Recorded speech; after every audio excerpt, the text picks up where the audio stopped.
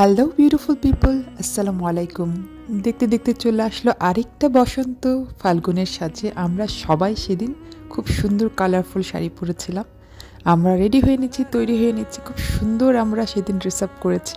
আর এই সুন্দর sari, blouse, jewellery এগুলো সব ম্যাচ করে আমাদের জন্য নিয়ে এসেছে সিলভিয়া।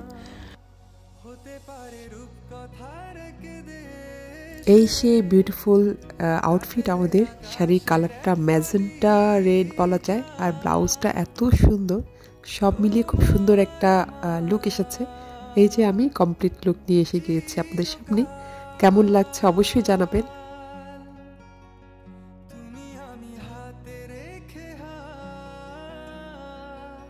আর বসন্তর সাজে সুন্দর করে সাজিয়েছে ফারহানা, তার বাসায় আয়োজনটা হয়েছে।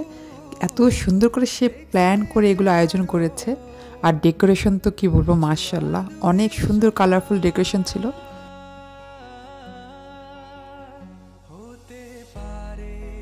আর খাবারের টেবিল তো সাজিয়েছি সেই রকম দেশীয় সব পিঠা দিয়ে। সেই পিঠার আয়োজনেও আসবো, তার আগে আমাদের রং ঢংটা দেখে আসি চলুন।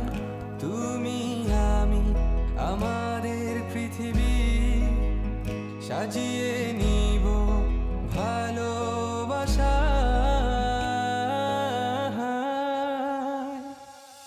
ভালোবাসি বলে দাও আমায়, বলে দাও হ্যাঁ সব কবু, তুমি শুধু আমারই হবে, যদি করো মিষ্টি ভুল, হাতে হাত রাখতে পারো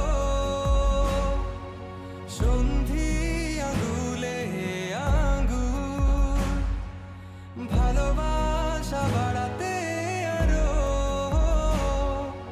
হৃদয় ভীষণ ব্যাকুল।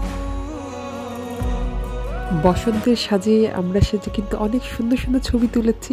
আর এখন চলে আসছি মেন খাবার, পিঠার যে আয়োজন করেছে ফারহানা সেগুলো দেখতে। এগুলো কিন্তু আম সত্য, কাঁচা আমের সত্য, পাকা আমের সত্য, এগুলো খেয়ে তো আমরা একদম খুব মজা পেয়েছি।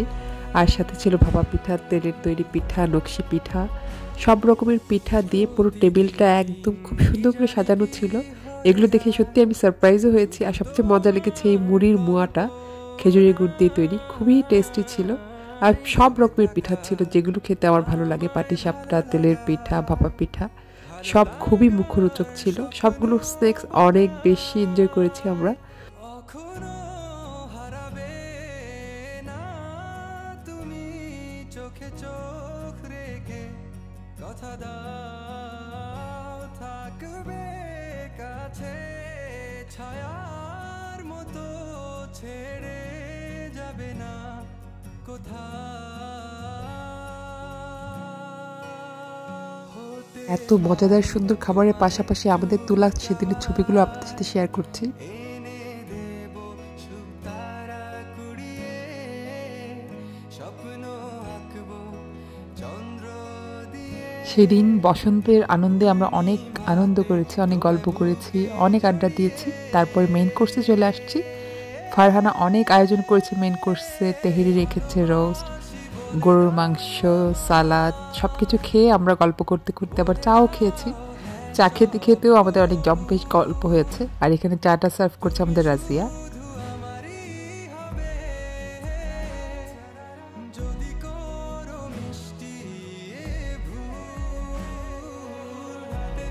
চা খাওয়ার পরে পায়েসের কথা মনে হলো। শারমিন এনেছিল তার হাতের মজার পায়েস। এই পায়েসটা আসলে অনেক মজা হয়েছিল। সেই পায়েস খেতে খেতে আবার কিছুক্ষণ গল্প করলাম। তো এইভাবেই কেটেছে আমাদের বসন্তের দিনটা। আর বসন্তের এই প্রতিটি সময় আমরা খুব বেশি আনন্দ করেছি। আপনাদের বসন্ত কেমন কেটেছে আমাদেরকে অবশ্যই জানাবেন। সবাই ভালো থাকবেন। আসসালামু আলাইকুম। Thank you so much for watching.